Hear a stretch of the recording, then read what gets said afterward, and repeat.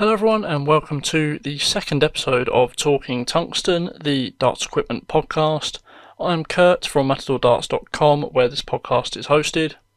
And today we have a great episode for you. We have Sam Squire from Sam Squire Darts Coaching on a little bit later on just to chat about, darts coaching and his view on equipment from a coach's perspective. So we'll be joined by him later on. Before we get started, I just want to thank everyone for their support on the last episode.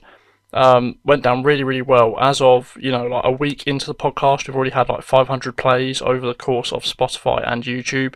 New followers on Spotify, lots of shares, lots of retweets, lots of positive feedback. Shared by Shot Darts, shared by a few places actually. So a huge thank you to everyone that supported the podcast. Really does mean a lot. In last week's podcast, I did ask a question of the episode. I'll bring you this week's question of the episode a little bit later on, but we're just going to go over some of your guys' answers from the last episode. So the last question on the last episode was, what is your current match dart setup? I know some of you have probably changed since the last episode, but we're going to go through them anyway. So the Scottish Cowboy Dart said his match darts are the Target Raymond van Barneveld Echo 95. He uses 30mm black storm points, intermediate blue ink stems, and orange number 6 Pro Ultra flights. Andy Elmore said his match setup is the Target ALX 03 in 24 grams, Target Pro Grip intermediate stems, 26mm DX Swiss points, and the Winmore Prism flights. He also said he enjoyed the podcast, so a huge thank you to him for that. Yankee Clipper on YouTube said his current match darts are the Andy Fordham Onyx 23 gram with short super grip shafts and fantail flights. Huge thank you to anyone that gave me an answer to last week's question of the episode. It was a pretty simple one. This one's a little bit more of a difficult one. This week's question is, have you ever bought darts products from somewhere such as Wish, Temu, Alibaba, one of those sort of factory outsourcing places from, China or places where they have factories, or have you ever considered buying anything from there? If you have bought anything, let me know in the comments down below or as a tweet at Matador Darts, and I'll read them out on the next episode. So just going over some of the launch of products since the last episode. Since the last episode, we had the Loxley Owen Bates darts release. They went down a bit of a storm on Twitter just because of the packaging. If you didn't know, Owen Bates' nickname is the Master. If you place that in the middle of his first name and surname, you get quite a funny word, and that is what the box references. So really good job by Loxley on the packaging on there. You can pick those darts up at premierdarts.co.uk. Make sure you go and check them out in the link in the description of the YouTube video, or if not, just head over to the website. And also follow them on Twitter at Premier Darts. They've got a giveaway going on at the moment, at the time of this release, for some Joe Cullen accessories that are signed as well, so that is pretty cool. Darts Corner done a release on the original Stormtrooper range. So these are products in the theme of, the Star Wars Stormtrooper, but the name is Original Stormtrooper. I'm not sure why that is, but lots of products: darts flights, dart boards, surrounds, cases, cabinets, all sorts of different things with Stormtrooper themes. So again, you can go and check them out on Darts Corner. Pretty interesting product release. And that was really it since the last episode. Not too much going on in the world of darts in terms of new product releases. If I have missed anything, obviously make sure you let me know in the comments down below or tag me at Matador Darts on Twitter. That is it for the roundup of product releases and obviously going over what happened last episode. So now we're going to bring on our guest, Sam Squire. So we are joined by our first ever guest on the Talking Tungsten podcast. We're joined by Sam from Sam Squire Darts Coaching. Hello, Sam. Hi, mate. You all right? Yeah, good. Thank you. Thanks for coming on. No problem. So if you just want to introduce yourself, tell us a little bit about what you do within darts, and we'll talk about you and your use of equipment as well. I'm a JDC level 1 qualified darts coach, one of only, I believe, 20 in the world. I offer personalised one-to-one darts coaching. I am working on doing online coaching as well, but that's still in the works. Basically, I make sure everything's personalised to the player and not just a generalised thing. Brilliant, good stuff. I think darts coaching is definitely one of those things that's moving forwards pretty rapidly. So it's good that there's now a proper qualification for it and everything, and you've got that as well, which sort of puts you ahead of perhaps other people that are trying to do it and don't have it, I guess. Yeah, it's definitely getting there. there is a level 2, hopefully ready. They're just waiting for the funding for it, basically. So what I'm going to do with each guest is based off of the last podcast. We normally have like a question of the episode. Last episode's question was, what is your match darts setup? So if you just want to quickly go over that, maybe explain a little bit about, how you've come to use that setup and why you use it, basically. So currently I'm using a 23-gram dart and soul dart. I've only been using them for the past maybe week and a half, 2 weeks. I just really like the feel of them. I've never really used. They're a bit of a front heavy dart. I've never really used a front heavy dart. I find them just a bit easier to throw, a bit less stress on the wrist. Don't really have to flick them out as much. I'm using them with short standard condors and using some custom 38mm eagle dart points. Nice one, yeah. Well, strangely enough, I actually, as I was recording the podcast, had to move a set of dart and soul darts out of the way, so it's quite interesting you said that. And also, I've also just started trying some Winmore Mavericks, which are sort of the old Christian Kiss darts, basically, with like the big front end taped at the back. So, and I definitely agree with you. You don't have to sort of almost put as much effort into it to get it to the board, which is quite nice. And again, 23 grams, so quite similar. And again, Eagle darts points, we're basically using a very similar sort of setup, apart from I use medium stems. So,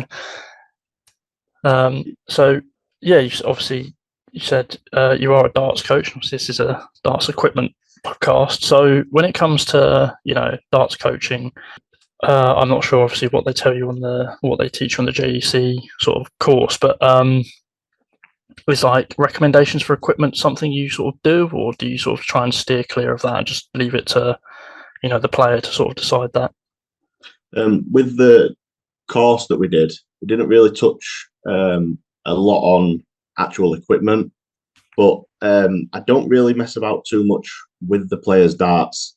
How I look at it is your dart is how you feel, is what you feel comfortable throwing.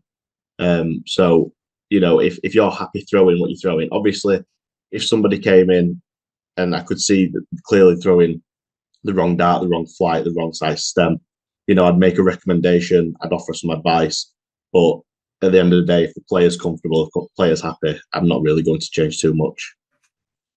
Yeah, I think that's one thing I've sort of been stuck with, I guess, recently is like so I've used the same style dart for like probably since I started playing really, but I've sort of used a 48mm by sort of 6.4-ish mil dart for the last sort of 3 or 4 years, and just 1 week all of a sudden it just felt too thin in my hand. Just seemed to wake up one morning and the dart just didn't feel comfortable, and that's why I've been sort of testing that. Well, Winmore Mavericks, which are like almost a centimetre wider. Just they feel that extra sort of bit of thickness in the hand is like a bit more comfortable. Yeah, that's what I feel with these dart and soul, because I have been throwing the Loxley Arambini darts with the scallop in the middle, and I've pretty much always used front tapered darts. I just fancied giving a front heavy dart a try, and like I say, it does feel to me a lot more comfortable. Yeah. I assume you probably get some players that have come to you and been like, "Oh, I've tried everything, nothing seems to work." And I don't know, obviously, how many sessions you've had with certain players, but do players turn up with like a different setup every time they turn up and say, "Oh, I've got tried these out, they feel really good," and then notice things haven't changed? There's a couple of players that that they will change the setups, but like I say, it's that bit of mentality thing that, and sometimes it's not wrong to change your setup. We've seen Peter Wright over the past 10, 15 years, changing darts like he does, and I know he's in a bit of a slump at the minute, but we've seen him be world champion changing darts a lot. So it proves it can't be a bad thing. Sometimes it'll make you concentrate that little bit more. You need to think about where you're gripping, how you're throwing. So it can have a positive effect, but it wouldn't be something that I'd recommend, changing a lot. I'd rather you find a dart you like, set up you like, and stick with that. Yeah. Funny enough, Red Dragon this week have been doing like a a retrospective on all of his darts, I think, or some of the key ones at least. Anyway, They've done a novel for him. yeah. Funny enough, there is actually a Peter Wright question coming up in the quiz we're doing later. So yeah, that's quite a difficult one. I think some people they can just naturally pick up a dart and they can just do it. I think it is just that natural talent of just being able to grab a dart, knowing where to grip it, knowing how to throw it, and it just go in. Yeah, it's something that I've always said. I'm good at throwing any dart. I'm not good at throwing my own darts, but obviously someone who reviews darts, I know what suits me and what doesn't. But also, if I was to play a game with any darts that I receive for a review, I don't think I'd play much worse with any of them. It's just like you said earlier, feeling comfortable with them. So I today in the post got a set of the Eagle darts which come out the other week. Oh yeah. And don't really throw that style of dart. Picked them up and I was throwing them really well, and I was like, it's really strange because I don't like this style of dart. And I was throwing them really well. Had a little practice game with them on the Scolia, and you could see comparing it to a heat map of my normal darts, even though my average was the same, it was you could see on the Scolia the darts were a bit more all over the place. I was just hitting the treble more often here and there. Yeah. So I know that was something you wanted to talk about as well, the Scolia as well. So we'll get onto that. Yeah. Well, we'll get onto it now. Obviously, you've used it. You use it in your coaching? Yeah, I do, yeah. Yeah, so what sort of things, obviously, there's statistics on there and everything, and I assume a lot of the people you coach don't really own a Scolia, so what's the first thing you what's the first thing you do when they come in the door?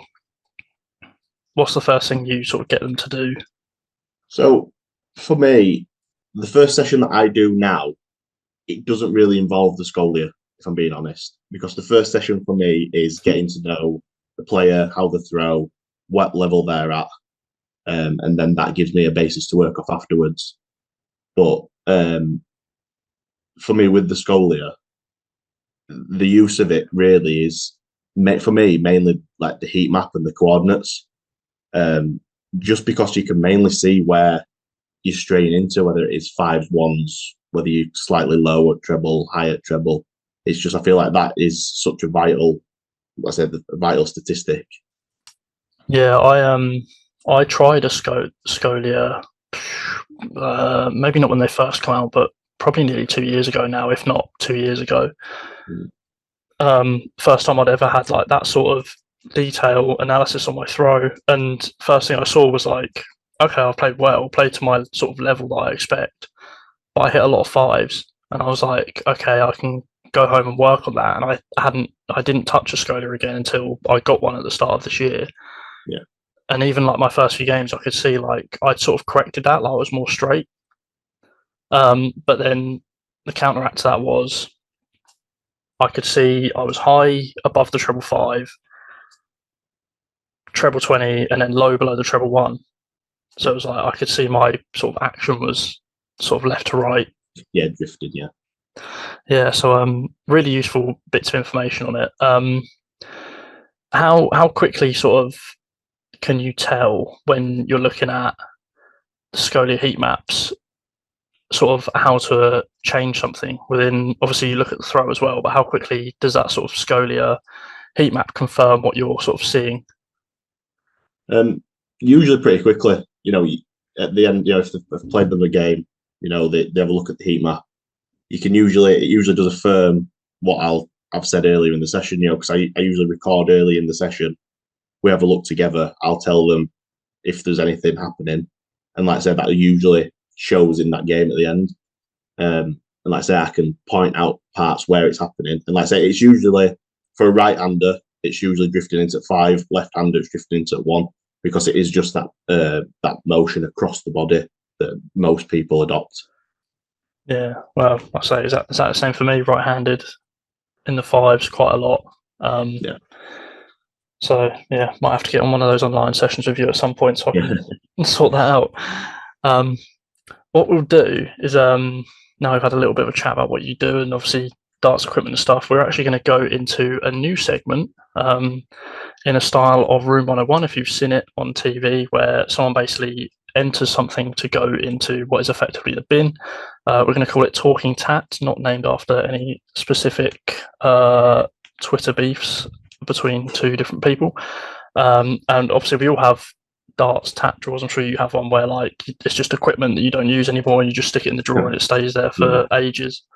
So obviously, I asked you before the podcast to come up with something that you would chuck in the tat drawer, something you find unnecessary or sort of useless. So what is your entry for that? So I thought of a couple, but I think the one that absolutely tops it, and I think most people will agree, is spinning stems. Okay. Online, because I actually looked online to see what the actual reason for use was, and it said that it's to stop deflections in the board. But for me, the more of a distraction. You watch players when they're using them; they'll pull the dart back towards the face, and the flight will be slightly spinning, and then when they're throwing and landing board, it's spinning as they're pulling the next dart up. And I feel like it's more of a distraction than it is like relevant.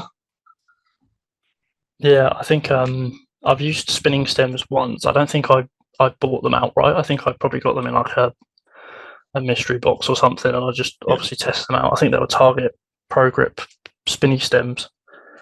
And you could, when you just pick them up, you can feel them like rattle in the hand. So, and that was instantly like off-putting for me. Like any little thing like that, and I think that most darts players are the same. Like any sort of different feel or something that's unfamiliar just puts you off your throw like instantly.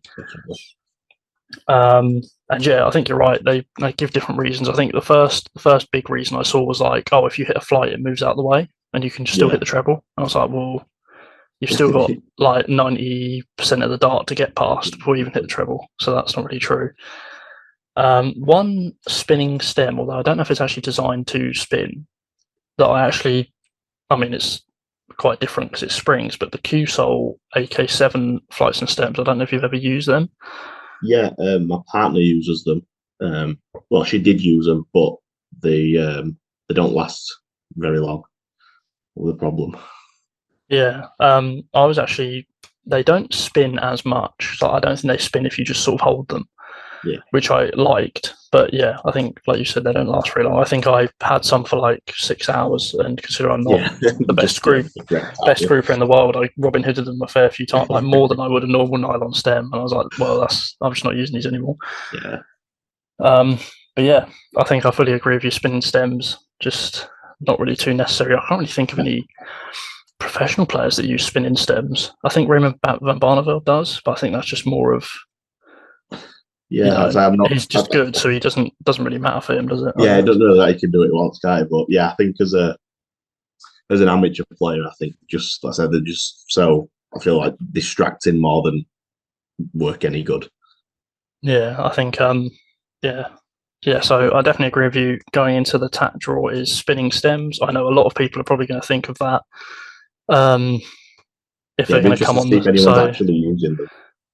Well, yeah, I think I haven't seen anyone. I don't even know anyone personally, like at an amateur level. And I know like loads of people, obviously in local league and stuff. I don't think I even see anyone use any in local league. So even down to the amateur player, who I think sometimes can get a little bit gimmicky with their setup sometimes. I don't even see them in them. So definitely something that's going in the tat drawer. And I'll have to make sure other people don't mention it because it's already there, and I feel like it'll come up quite a lot. So yeah, I think it will. So yeah, thanks for that. Brilliant suggestion. Cool. Out of interest, what were the other ones that you sort of had that could? The other main one for me was the Condor no stress flights. Okay. I just think they just bend and flex, and like I get the idea behind it, but when they don't keep the shape at all, and you get ones flying through air differently, it's just. Yeah, idea's good, execution not so much. Yeah, I think again, well, I haven't used those, but I've seen people use them. But yeah, maybe someone else will try and put that in next time. So yeah, moving on. Obviously, we've done talking tat. So hopefully, you've been listening because I actually gave away the answer to one of the questions in the last sort of few minutes we've been speaking. But we're going to move on to the quiz. So obviously a brand new segment again, seeing it's the second episode of the podcast. First of all, before we start this, thank you to Premier Darts. They're going to be giving away some sort of prize to the person who finishes top of the leaderboard when it comes to the quiz. So thanks to those guys. Obviously, go and follow them on Twitter at Premier Darts, and obviously check out their website as well, premierdarts.co.uk. So we've got 7 questions. You've said to me you don't think you're going to do too well, so No, we'll see. We'll see how that goes. If we do have a tie at the end of the season, we'll bring people back and we'll have like a little playoff episode, I think. So that'll be quite interesting. So yeah, 7 questions, should progressively get a little bit harder, but the first one you should get based on what we've spoke about before. So yeah, so question 1. Talent, Hawk, and Vulture are product names for which brand? Yeah, so that's Eagle Darts. Yeah, that's correct. Yeah, I thought I'd start off. I knew that one. Well, it's probably harder for some people, but I thought I sort of knew you'd get that one, so I sort of put that one first. I'm working in partnership with them now, so if I'd have got that wrong, I think they'd have killed me. Yeah. Yeah. Obviously, check out Eagle Darts on Twitter and their website. You can pick up any of those 3 points, or you can pick up a collaboration point called the Matador point, which is a hybrid of a Vulture tip and a Talon. Like rest of the point, basically. We'll have a review on those soon as well on my YouTube channel. So question 2, what is the name of the dart that Michael Van Gerwen uses from Winmore, like the actual product name? Is it Exact? That is correct. He has quite a few darts for Winmore already now. Obviously, you would if you're Michael Van Gerwen, but yeah, the Exact darts are the ones that he uses. Yeah, when did the coaching course, it was down at Winmau. So yeah, we went into the factory and had a look around and where they do the like darts fitting for the players.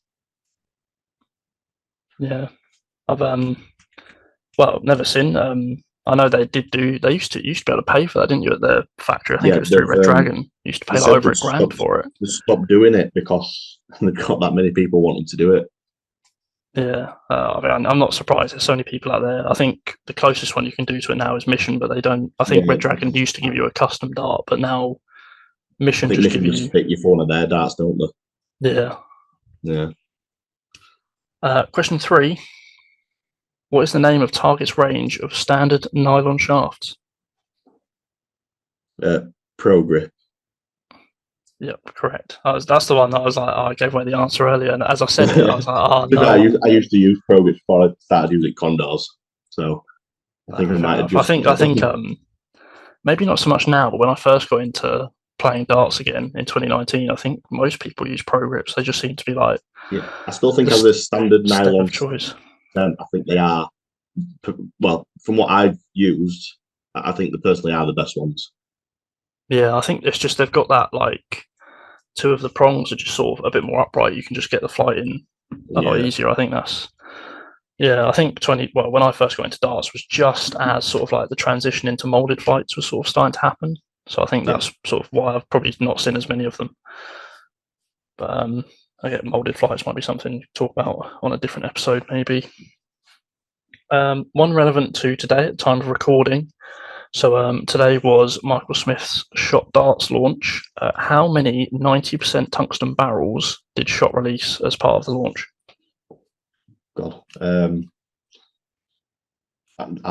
know they've released 4 sets, so I'll go with 4.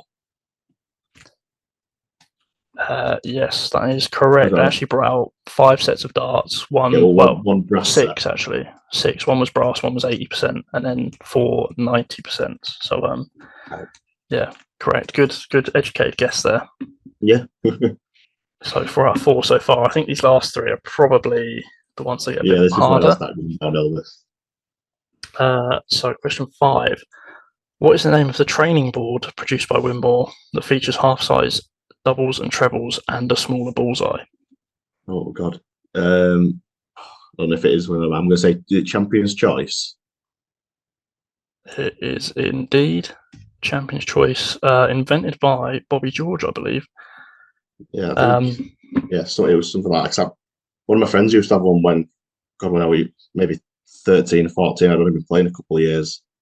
I remember him having one and just thinking it was the most frustrating thing ever. Yeah, well, my uncle used to live like with us, with my family. He was the one that got me into darts when I was really, really young. And he used to have one. He's been going on at me since I sort of got back into darts in 2019.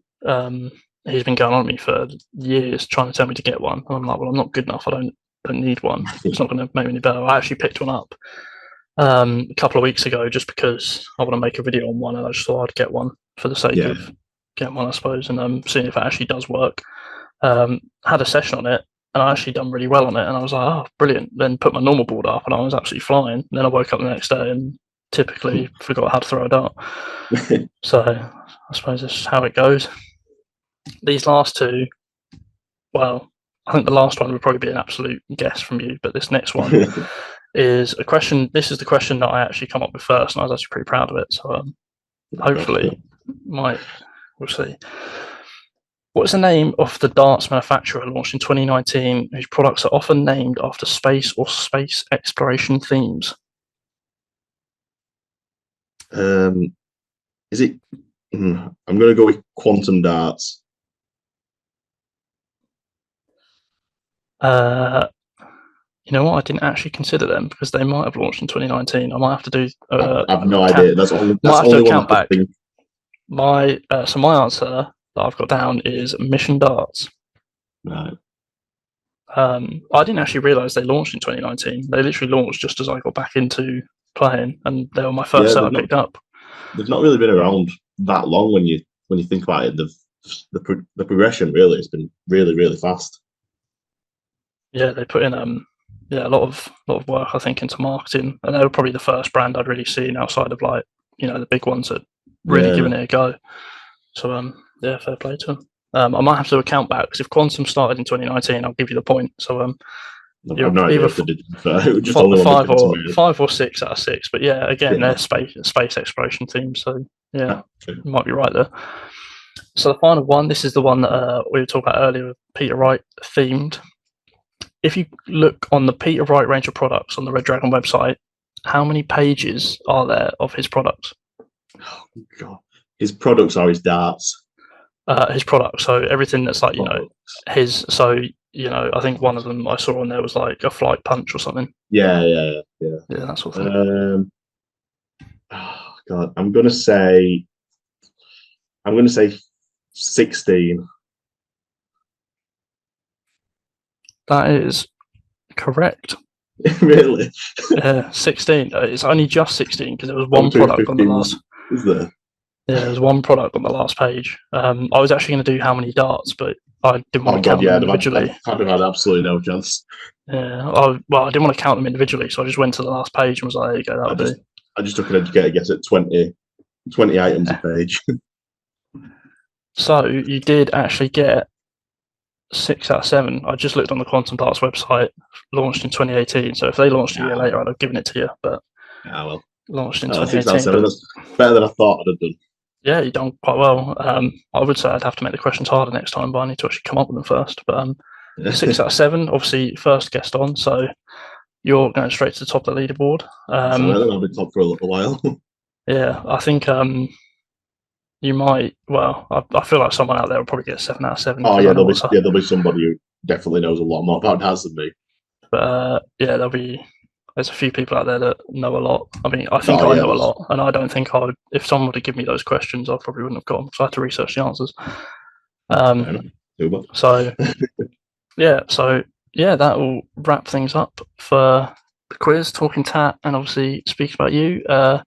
Thanks for coming on to the podcast. Obviously, our first guest, so really appreciate you coming on and offering your help. We'll have to get you on again in the future if you want to talk about anything else. But yeah, thanks for coming on. Where can people find you, social media wise? So Facebook, just search Sam Squire Darts Coaching. Come up as a group and a page. Then Twitter at SS Darts Coaching. And I've just launched a website. But if you go on my Twitter page, it'll be on there. Well, I'll leave all the links to those in the description of the YouTube video. If you're on Spotify, obviously you're just going to have to listen and type it in yourself. So sorry for you guys. But yeah, thanks for coming on. Yeah, it's been brilliant. We'll have to get you on in the future. Spot on, mate. Thank you for having me on. Thanks, mate. Thanks to Sam for coming onto the podcast. It's a huge honour to have him on, and thank you to him for also the darts coaching that I received a couple of weeks ago as well. It was really useful. So if you haven't checked out Sam, make sure you go and check him out on Twitter at SS Darts Coaching. I'll leave all the relevant links to him in the description down below. And yeah, guys, that is it for this episode. I hope you've enjoyed. Obviously, not as much of me talking this episode, a bit more involved with the guest. If you want to come on the podcast and take part in the brand new quiz or the Talking Tat segment, obviously let me know in the comments down below or message me on Twitter, as I said before, at Matador Darts. And yeah, guys, that is it for now. A huge thank you for everyone who supported the last episode, as I said before. Any support on this episode would be greatly appreciated. If you are new to the channel on YouTube or new to Spotify, make sure you do drop a follow or a subscribe. It does help me out, and it also obviously shows you when new episodes go out. Obviously YouTube as well, I'm going to be releasing some more YouTube videos as well, so if you aren't subscribed to YouTube and you're listening to this on Spotify, head over to youtube.com/Matador Darts. I'll be releasing some darts practice games and some more content as well in the near future. Follow me on Twitter at Matador Darts. I've mentioned it enough times, I'm sure you guys know where to go and follow me on there. Obviously the same on Instagram and TikTok as well, at Matador Darts, all the same across all social media platforms. So if you want to communicate with me, that is the place to do it. And yeah, guys, that is it for this episode. Don't forget to leave a like if you enjoyed. Leave a comment, reply to the Q&A section on Spotify as well. There's loads of different ways you can interact. Any sort of interactions really do help me out because it pushes this episode to more people who haven't subscribed to my channel or follow me on Spotify. And yeah, guys, that's it for now. Thank you for listening. I'll see you on the next episode of Talking Tungsten. Bye-bye.